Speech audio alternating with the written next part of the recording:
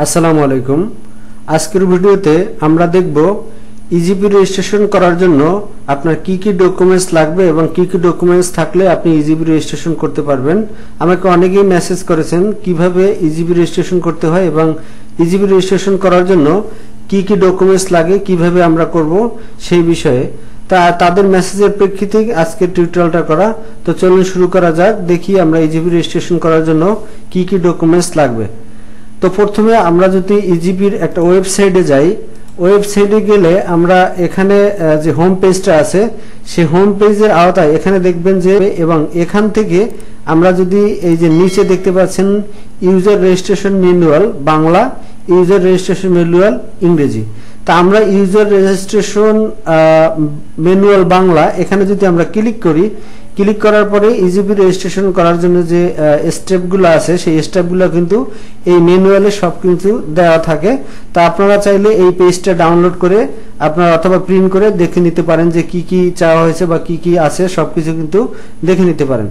তো এই যে দ্বিতীয় পাতায় যদি আমরা আসি, তৃতীয় পাতা আসলে এখানে দেখবেন যে দরপত্র পরামর্শক প্রতিষ্ঠান জাতীয়, এখানে দেখবেন যে আপনার কি কি ডকুমেন্টস লাগে সেখানে কিন্তু সবকিছু কিন্তু লেখা রয়েছে। দেখতে পাচ্ছেন কোম্পানি ইনকর্পোরেশন সনদ অথবা রেজিস্ট্রেশন ডকুমেন্ট। এটা হচ্ছে আপনার যে কোনো ডিপার্টমেন্টে আপনার প্রথম লাইসেন্স করতে হবে, যেমন এলজিডি শিক্ষা প্রকৌশল অধিদপ্তর, রোডস অ্যান্ড হাইওয়ে, বিডব্লিউডিবি, যে কোনো ডিপার্টমেন্টে আপনার কিন্তু আগে রেজিস্ট্রেশন করতে হবে, লাইসেন্স করতে হবে।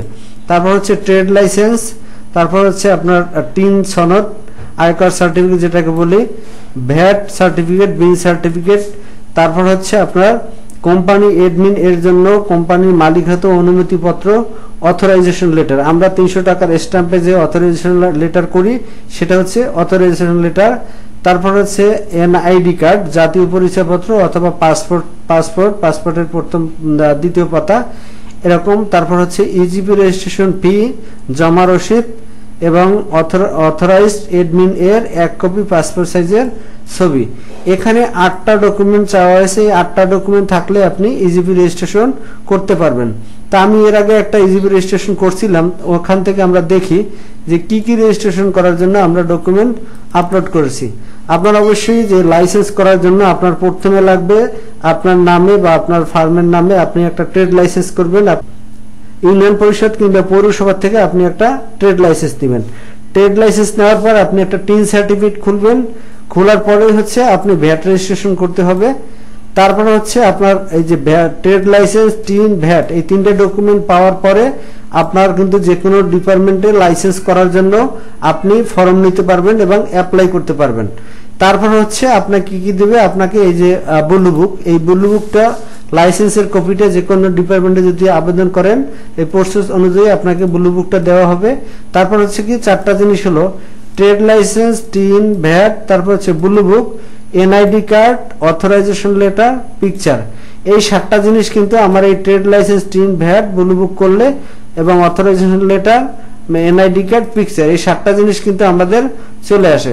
তারপর হচ্ছে কি ব্যাংক পে স্লিপ। আপনি ইজিপি রেজিস্ট্রেশন করার জন্য যে সরকারি গভর্নমেন্টের যে ফি আছে সেই ফি জমা দেওয়ার একটা পে স্লিপ, চালান কপি যেটাকে বলি, সেই চালান কপির একটা স্লিপ কিন্তু আবার এখানে লাগবে। তার মানে এই যে 8টা ডকুমেন্ট থাকলে আপনি কিন্তু ইজিপি রেজিস্ট্রেশন করতে পারবেন। ইজিপি রেজিস্ট্রেশন করার জন্য একটা ভিডিও আমার চ্যানেলে দেওয়া আছে, আমি ডিসক্রিপশনে দিয়ে দেব, যে আপনারা দেখে নিতে পারেন যে কিভাবে ইজিপি রেজিস্ট্রেশন করতে হয়।